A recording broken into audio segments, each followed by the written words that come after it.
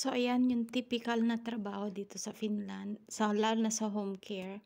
Ayan, since tulog na yung mga pasyente at nasa kwarto na sila, kani-kanilang kwarto, yan, nag-check ako ng mga labahin. So, ayan, nag-dry na nga siya. So, ngayon, titiklupin ko at ilalagay na dun sa mga designated place nila. Ganyan po dito sa home care. Bago matapos ang shift sa gabi, o kahit pang umaga ka, ay kailangan i-check mo din yung laundry para yung susunod na magjo-duty ay hindi na maabutan yung mga tambak na trabaho o kaya yung laundry kasi minsan mahirap din yung laundry na trabaho at saka marami din kasi minsan. So ayan, since once wash day ng mga residente namin, kaya maraming tuwalya. So, ganyan lang po, kasimple yung trabaho dito sa Finland.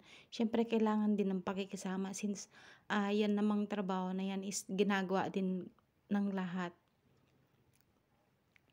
So, ganyan lang. Tamang pakikisama ba?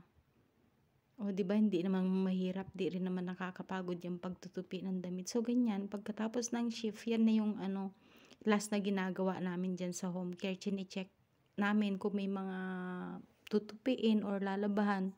Tapos, yung susunod na sa aming mag-duty, sila na yung tatapos ng trabaho namin. So, yan lang po. Tsaka dito sa Finland, hindi rin nakaka-pressure yung trabaho kasi mababait yung mga kasama ko sa home care. Tsaka napaka-supportive nila.